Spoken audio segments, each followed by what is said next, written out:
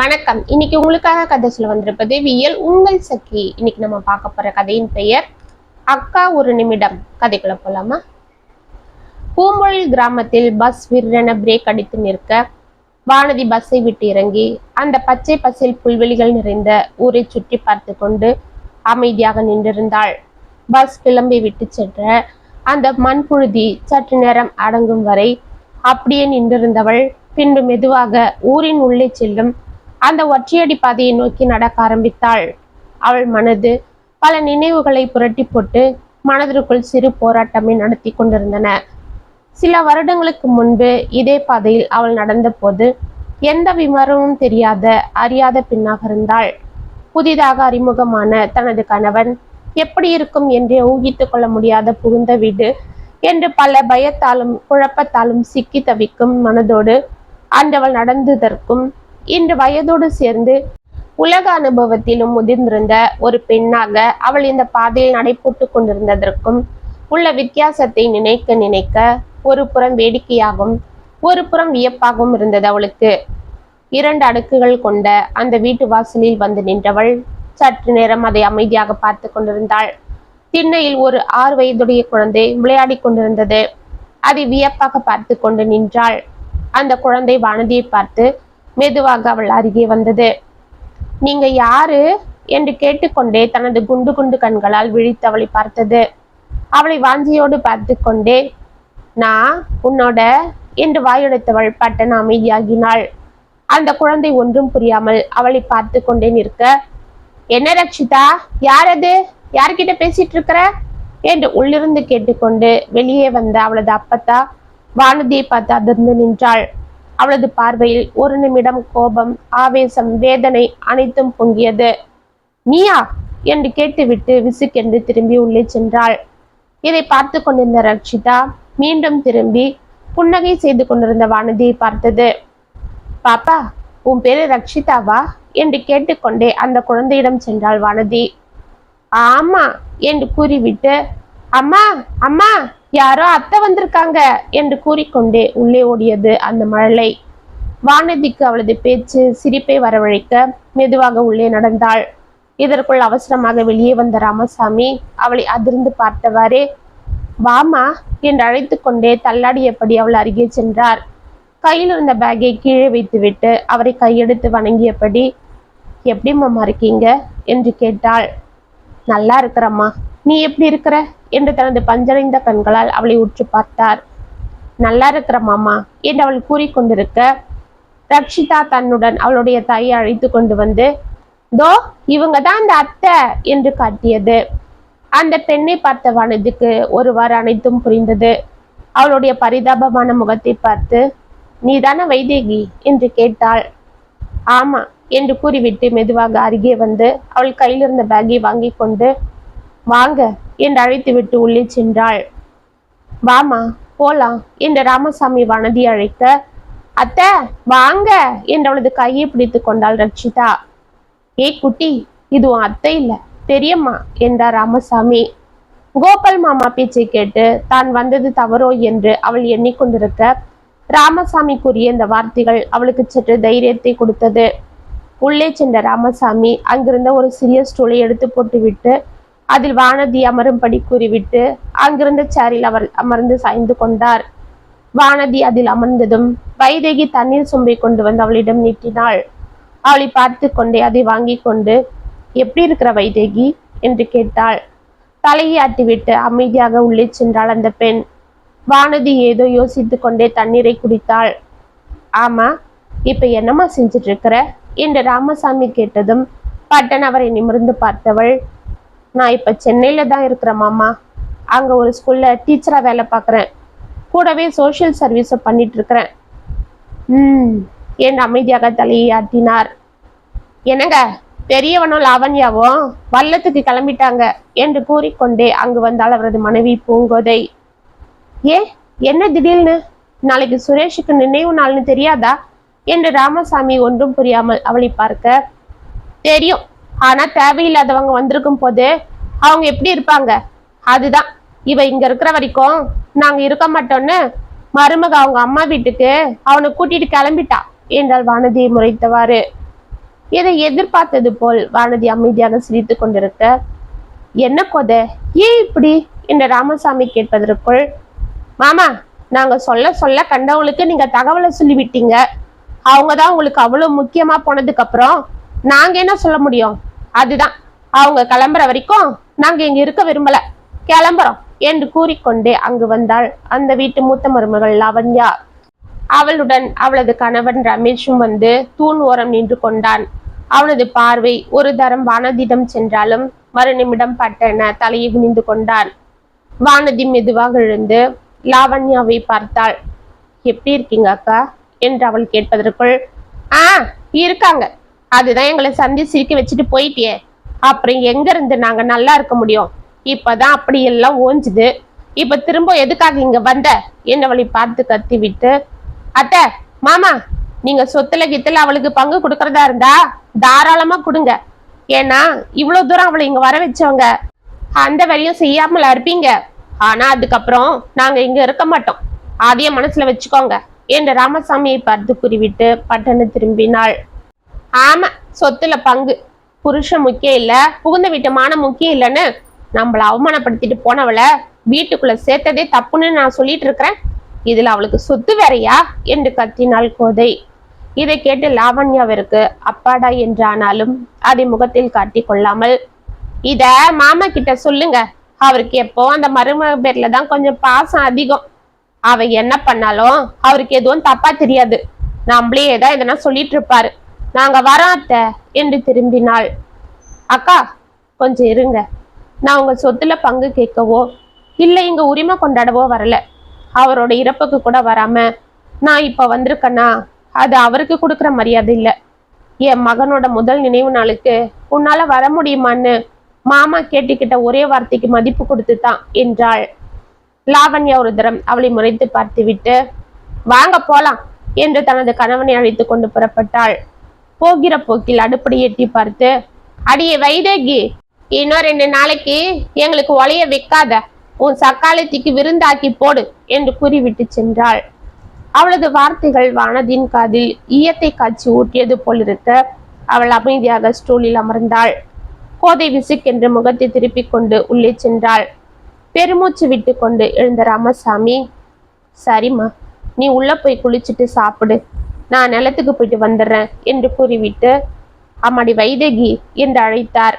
வைதேகி அமைதியாக வந்து நின்றதும், வைதேகி, வானதிக்கு குளிக்க வெந்நீர் போட்டு கொடு, குளிச்சுட்டு வந்ததும் சாப்பாடு போடு, நான் வந்துடுறேன் என்று கூறிவிட்டு அவர் வெளியே செல்ல, வாங்க என்று மெதுவாக வானதி அழைத்து விட்டு உள்ளே சென்றாள் வைதேகி. பெட்ரூம் சென்று மெதுவாக கட்டிலில் அமர்ந்த வானதி அந்த அறையை சுற்றி பார்த்தாள். சுவரின் ஒரு ஓரத்தில் சுரேஷின் போட்டோ மாலையோடு தொங்கிக் கொண்டிருந்தது. சற்று நேரம் அதை அமைதியாக பார்த்துவிட்டு அந்த கட்டிலில் சாய்ந்தாள். அவள் மனது டக்குன்னு அந்த பழைய நினைவை அசை போட்டது. என்னடி கட்டில வந்து ஒய்யாரமா படுத்திருக்கிற, அங்க சமைக்கணும்னு அண்ணியும் அம்மாவும் கூப்பிட்டுட்டு இருந்தா நீங்க வந்து ஹாயா படுத்துட்டா இருக்கிற என்று கத்திக்கொண்டே உள்ளே வந்தான் சுரேஷ். அவன் மீது சாரைய வடை குப்பன வீச சோர்ந்திருந்த வானதி மெதுவாக எழுந்து அவனை உற்று பார்த்தாள். என்னடி அப்படி பாக்குற என்று பலார் என்று அவள் கன்னத்தில் அறைந்தான். அம்மா என்று கன்னத்தை பிடித்து கொண்ட வானதி, என்னங்க, இப்பதான் 10 நட ஆத்துல போய் தண்ணி எடுத்துட்டு வந்து எல்லாத்தையும் நிரப்பினேன், அதுவே இடுப்பு கை காலெல்லாம் விட்டு போகுது, அதுதான் கொஞ்ச நேரம். ஆமா, அப்படியே நீ மகாராணி பாரு, ஒவ்வொரு வேலையும் ரெஸ்ட் எடுத்துட்டு தான் செய்வ. போடி போய் உள்ள எங்க அண்ணி கூட சேர்ந்து சமைச்சு போடு. என்னங்க, அக்கா என் கூட எல்லாம் சமைக்க மாட்டாங்க, நான் போனா என்கிட்ட வேலையை சொல்லிட்டு அவங்க வெளியில யார் கூடயாவது பேச போயிடுறாங்க, எனக்கு அவ்வளவா சமைக்கவும் வராதுங்க, எதனா சந்தேகம் கேட்டா அத்தையும் அடிக்க வராங்க என்று பரிதாபமாக கூறினாள். ஆமா, பின்ன கழுத வயசாகல, 18 வயசுல எங்க அம்மாலாம் எங்க 2 பேரையும் பெத்துட்டாங்களாம், நீ என்னடானா ஒன்னும் தெரியாத சின்ன குழந்தை போலிய நடிக்கிற என்று அவளை அடிக்க ஆரம்பித்தான். அவள் வலி தாழாமல் கத்தி கொண்டிருக்க, ஏய் என்னடா என்ன பண்ற, பாவண்டாவ சின்ன பொண்ணு, அவளை ஏண்டா எல்லாரும் சேர்ந்து இப்படி பாடா படுத்துறீங்க என்று கதறினார் ராமசாமி.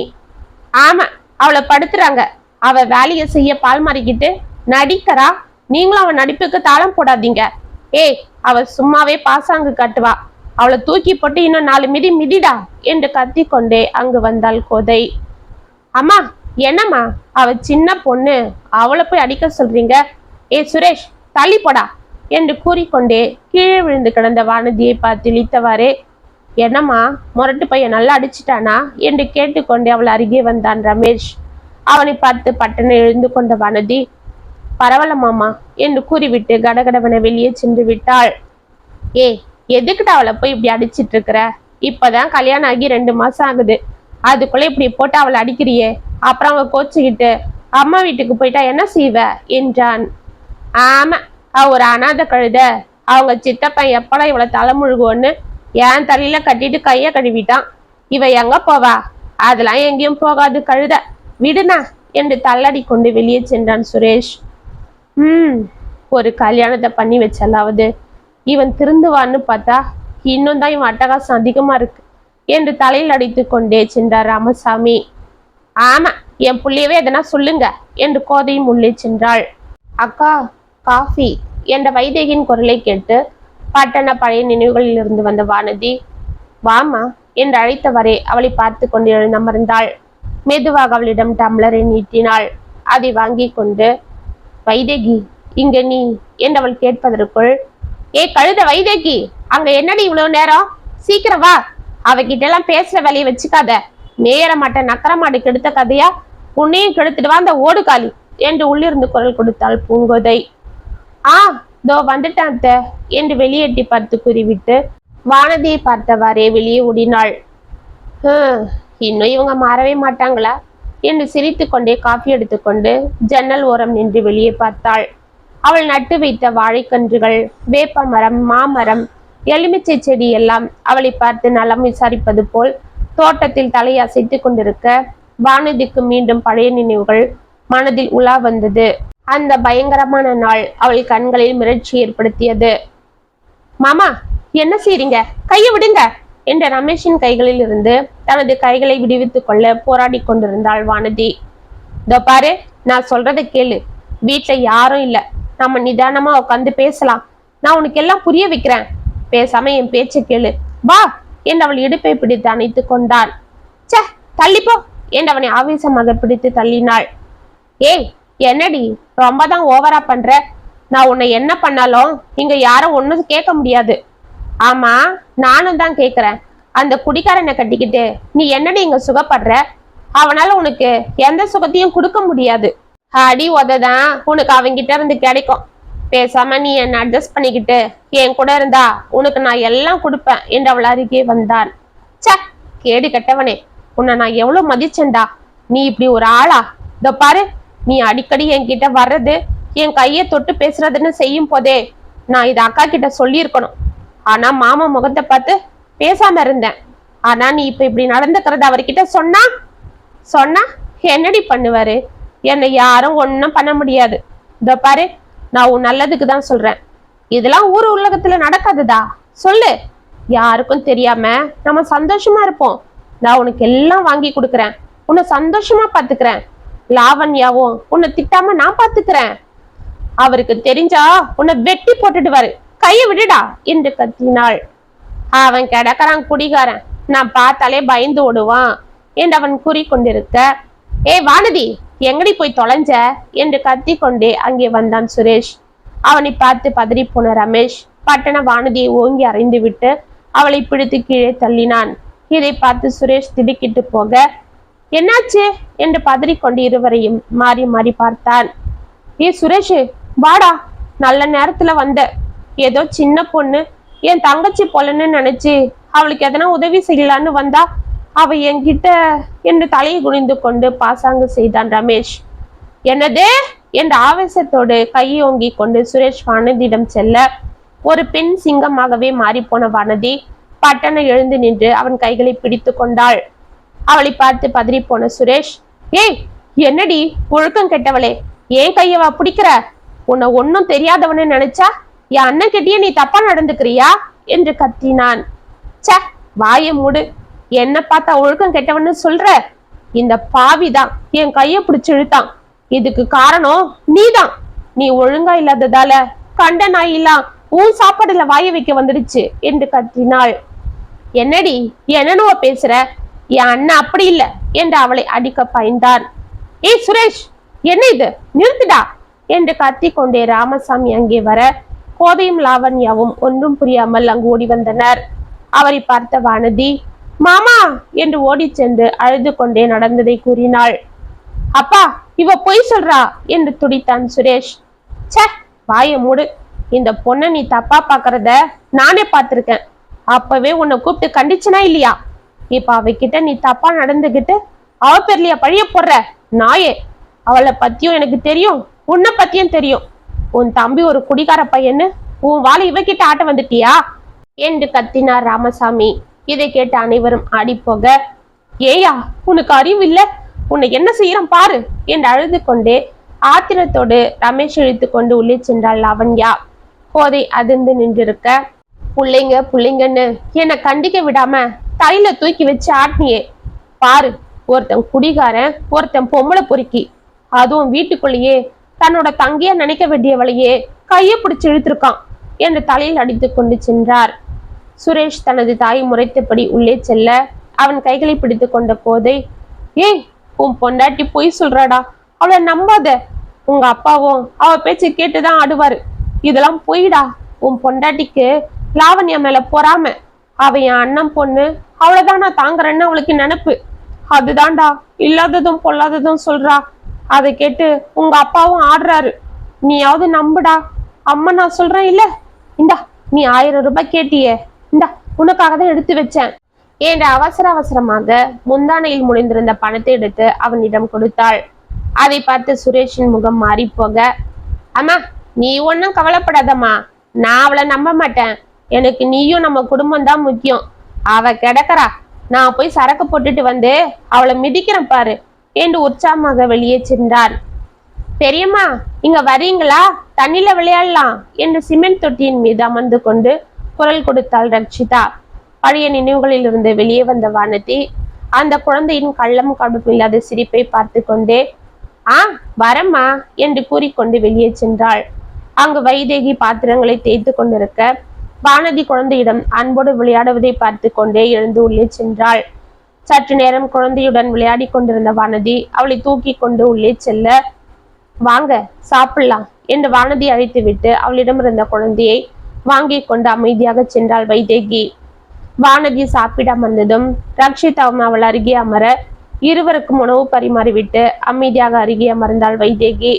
அவளை மௌனமாக பார்த்து கொண்டிருந்த வானதி, வைதேகி உண்மையை சொல்லு, இங்க நீ சந்தோஷமா இருக்கியா என்று கேட்டுக்கொண்டே சாப்பாடை பிசைந்தாள். அவளை பட்டணன் நிமிர்ந்து பார்த்த வைதேகியின் கண்களில் கண்ணீர் துளிகள் எட்டி பார்த்தன. பெரியம்மா, அம்மா உங்களை போல என்கிட்ட விளையாடவே மாட்டாங்க. எப்ப பாரு இதோ அந்த அடுப்படியில தான் இருப்பாங்க. நான் விளையாட கூப்பிட்டா அப்புறமா வரேன்னு சொல்லுவாங்க, ஆனா வரவே மாட்டாங்க. நான் அழுதா அப்பத்தாவும் பெரியம்மாவும் என்னை அடிக்க வருவாங்க. ஆனா நீங்க தான் நல்ல பெரியம்மா, என் கூட ஜாலியா விளையாடுறீங்க. உங்களை எனக்கு ரொம்ப பிடிச்சிருக்கு என்றாள் ரக்ஷிதா. என் செல்லம் சாப்பிடு என்று அவளை கொஞ்சம் முத்தமிட்ட வானதி, வைதேகி நீ எதுவும் வாயை திறந்து பேசலன்னாலும் உனக்கு இங்க என்ன நடக்குது, ஏற்கனவே என்ன நடந்திருக்கோன்னு எனக்கு நல்லாவே தெரியும். அதனால தான் கேட்குறேன். நீ சின்ன பொண்ணா இருக்கிற, உனக்கு யாரும் இல்லைன்னு நான் கேள்விப்பட்டேன். புருஷன் இருக்கும் போதே உன்னை ஒரு பொருட்டாவே மதிச்சிருக்க மாட்டாங்க. இப்போ அவரும் போய் சேர்ந்துட்டாரு, இன்னும் சுத்தம். உன்னை எப்படி நடத்துவாங்கன்னு நீ சொல்லாமலேயே தெரியுது. அதுக்கு தான் சொல்றேன், நீ இப்படி உன் சுயத்தை பத்தி நினைக்காம உன் குழந்தையோட எதிர்காலத்தை பத்தி நினைக்காம இருந்தா ஒன்னும் சரிப்படாது. பேசாம நான் சொல்றதை கேளு என்று அவள் கைகளை பற்றினாள். ஏய் வைதேகி என்று கோதை வெளியே இருந்து குரல் கொடுக்க, அத்தை கூப்பிடுறாங்க என்று அவள் கைகளில் இருந்து தன் கைகளை மெதுவாக எடுத்துக்கொண்டு எழுந்து சென்றாள். அன்று இரவு வைதேகியை பற்றி யோசித்துக் கொண்டே கட்டிலில் படுத்திருந்த வானதி, பெரியம்மா என்று அழைத்து கொண்டு வரும் ரக்ஷிதாவை பார்த்து எழுந்து கொண்டாள். ஏய் குட்டிமா, வாடா வாடா வா என்று அவளை அணைத்து தூக்கி மடியில் அமர வைத்துக் கொண்டாள். பெரியம்மா எனக்கு ஒரு கதை சொல்லுங்க பெரியம்மா என்று கேட்டது அந்த மழலை. என்ன கதை வேணும் என் செல்லத்துக்கு என் அவள் தலைமுடியை சரி செய்தாள். எனக்கு சிங்கம் கதை வேணும். சிங்கமா? சிங்கம்னா உனக்கு பிடிக்குமா? ஆமா பெரியம்மா, சிங்கம் தான் தைரியமா இருக்கும். அதுக்கு தான் அது எனக்கு ரொம்ப பிடிக்கும். அவளை ஆச்சரியமாக பார்த்து கொண்டே, அப்படின்னா சரி, நான் உனக்கு ஒரு பெண் சிங்கத்தோட கதையை சொல்றேன் என்றாள். சரி பெரியம்மா என்று ஆவலாக அவள் முகத்தை பார்த்தாள்.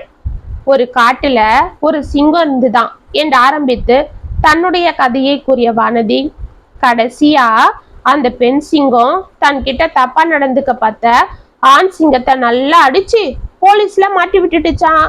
அதனால அந்த ஆண் சிங்கத்தோட அம்மா சிங்கம், மனைவி சிங்கம் எல்லாம் சேர்ந்து அந்த தைரியமான பெண் சிங்கத்தை அடிக்க வந்தாங்களாம்.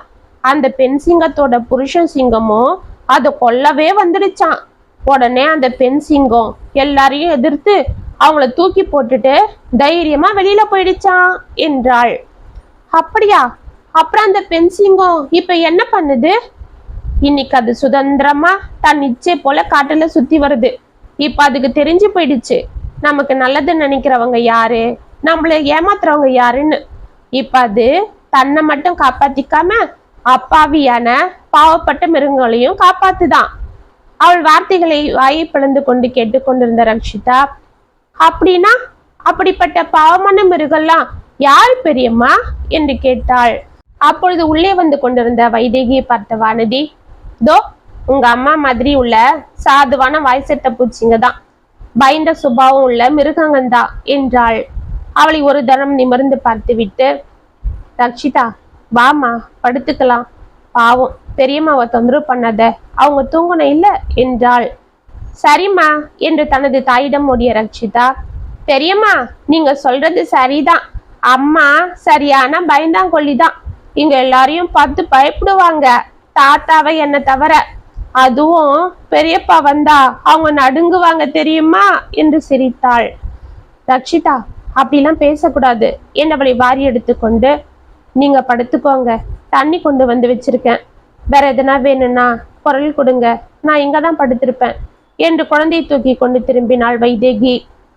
கொஞ்சம் நில்லு வைதேகி என்று கட்டிலில் இருந்து எழுந்து கொண்டாள் வானதி. வைதேகி மெதுவாக திரும்பி தலையை குனிந்து கொண்டு நின்றாள். இதோ பாரு, இப்ப நான் குழந்தைகிட்ட சொல்லிட்டு இருந்தது நம்மளை பத்தி தான், தெரியும் இல்ல என்று கேட்டாள். தெரியும் என்பது போல் தலையாட்டினாள் வைதேகி. நீ இந்த பொல்லாத மிருக கிட்ட இருந்து என்ன போல வெளியில போய் நீயும் சுதந்திரமா வாழ நினைக்கலையா? சொல்லுமா, காலம் பூரா இப்படிதான் இருக்க போறியா என்று உரிமையான கோபத்தோடு கேட்டாள். இது நீங்க நினைக்கிறது போல பெண் சிங்கம் இல்ல, கூண்டுக்குள்ள அடப்பட்ட கிளி. இதுக்கு இந்த கூண்டை விட்டா வேற எங்கேயும் பறக்கவும் தெரியாது, வாழவும் தெரியாது என்று விம்மிக் கொண்டு அங்கிருந்து சென்று விட்டாள். அட கடவுளே என்று தலையில் அடித்து கொண்டு கட்டிலில் அமர்ந்தாள் வானதி. மறுநாள் சுரேஷ் நினைவு நாள் முடிந்து வானதியும் கிளம்பினாள். பூங்கோதை முகத்தை திருப்பிக் கொள்ள வைதேகியிடமும் குழந்தையிடமும் கூறிவிட்டு ராமசாமியின் காலில் விழுந்து வணங்கினாள். நல்லா இருமா என்று கண்கள் கலங்க வாழ்த்தினார் ராமசாமி. மாமா, நான் இங்கிருந்து கடைசியா போகும்போது எல்லாரும் என்னை எரிக்கிறது போல பார்த்தாலும் நீங்க தான் மனசார என்ன நல்லா இருக்கணும்னு சொல்லி அனுப்புனீங்க. உங்க பெரிய பிள்ளைய நான் போலீஸ்ல மாட்டி விட்டது தப்பில்லைன்றத புரிஞ்சுக்கிட்டீங்க. அது போல இப்ப வைதேகியோட நிலைமையும் அந்த குழந்தைய பத்தியும் யோசிச்சு நல்ல முடிவை நீங்க எடுக்கணும்னு கேட்டுக்கிறேன் என்று கூறிவிட்டு தனது பேக் எடுத்துக்கொண்டு கடகடவென புறப்பட்டாள். ராமசாமி வைதேகியை பார்க்க, என்ன அப்படி பாக்குறீங்க? அந்த ஓடுகால் ஏதோ உளறிட்டு போறான்னு நீங்களும் எதனா செய்யாதீங்க. அன்னைக்கு என் பெரிய புள்ளிய அவ போலீஸ்ல மாட்டி விட்டுட்டு இந்த ஊரை விட்டு ஓடும் போதே அவ கையை காலை முறிச்சு போடணும்னு சொன்னேன், நீங்க தான் தடுத்தீங்க. இன்னைக்கு அந்த ஓடுகாலிய வர வச்சு என்னை கோவப்படுத்துறீங்க. இப்ப அவ பேச்சை கேட்டு இவ்வளவு எதனா செய்யலான்னு நினைக்கிறீங்களா? நான் சும்மா இருக்க மாட்டேன் என்று தனது கணவரிடம் கத்திய கோதை, ஏய் உள்ளப்படி என்று வைதேகியை பார்த்து கத்திவிட்டு தோட்டத்திற்குள் சென்றாள். பஸ் அந்த தாரோட்டில் விரென வந்து நிற்க படிகளில் காலை வைத்து ஏறச் சென்ற வானதி, அக்கா ஒரு நிமிஷம் என்ற குரலை கேட்டு பட்டனை திரும்பி பார்த்தாள். இடுப்பில் ரக்ஷிதாவை தூக்கி கொண்டு கையில் ஒரு பெட்டியோடு நின்றிருந்தாள் வைதேகி. அவளுக்கு பின்னால் ராமசாமி நின்றிருக்க, மாமா என்று அதிர்ந்து திரும்பினாள். அம்மாடி, உன் புருஷன் சாவுக்கு கூட உனக்கு தகவல் சொல்லி அனுப்பாதவன் உன்னை இப்ப வர வச்சதுக்கு என்ன காரணம் தெரியுமா? இந்த பொண்ணுக்காக தான். எனக்கு தெரியும் ராசாத்தி, நீ எங்க இருந்தாலும் நல்லா பொழைச்சி பண்ணு. அதனால தான் அன்னைக்கு நான் இந்த மிருக கிட்ட இருந்து காப்பாத்தி உன்னை தைரியமா அனுப்புனேன். ஆனா இந்த பொண்ணை அப்படி அனுப்ப முடியாது. ஏன்னா இவளுக்கு எந்த விவரமும் தெரியாது, தைரியமும் இல்லை. அதனால தான் ராசாத்தி உனக்கு தகவல் சொல்லி அனுப்புனேன். எனக்கு தெரியுமா, நீ இங்க இருந்து போனாலும் உன்னை பத்தி நான் விசாரிச்சுக்கிட்டு தான் இருந்தேன். உனக்கு சென்னையில வேலை வாங்கி கொடுத்தது வேற யாரும் இல்லை, என் ஃப்ரெண்டு கோபால் தான். உங்க தூரத்து சொந்தக்காரங்க வீட்டுல நீ தங்கியிருக்கிறத நான் தெரிஞ்சுக்கிட்டு அங்க கோபால் அனுப்புனேன். அப்படியா? ஆமாம்மா, நான் நினைச்சது போல நீயும் இன்னைக்கு நல்லா இருக்கிற. அது போல இந்த பொண்ணையும் நீ தான் பார்த்துக்கணும்.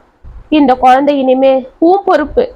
நான் சொல்ல சொல்ல கேட்காம அந்த லாவண்யா பொண்ணும் உங்க அத்தைக்காரியும் சேர்ந்துக்கிட்டு அந்த குடிகார பையனுக்கு இந்த சாதுவை கொண்டு வந்து கட்டி வச்சுட்டாங்க. இவங்களுக்கு வேலைக்காரியாவும் அந்த குடிகாரனை பார்த்துக்கவும் இவ வாழ்க்கை கெடுத்துட்டாங்க. இவ இங்க தினதான் சித்திரவதை படுறத என்னால பார்க்க முடியல. அதுக்குதான் உன்னை இங்க வர வச்சேன். அம்மாடி வைதேகி, போமா, உன் அக்காளோட போ. அவ உன்னை நல்லா பார்த்துப்பா.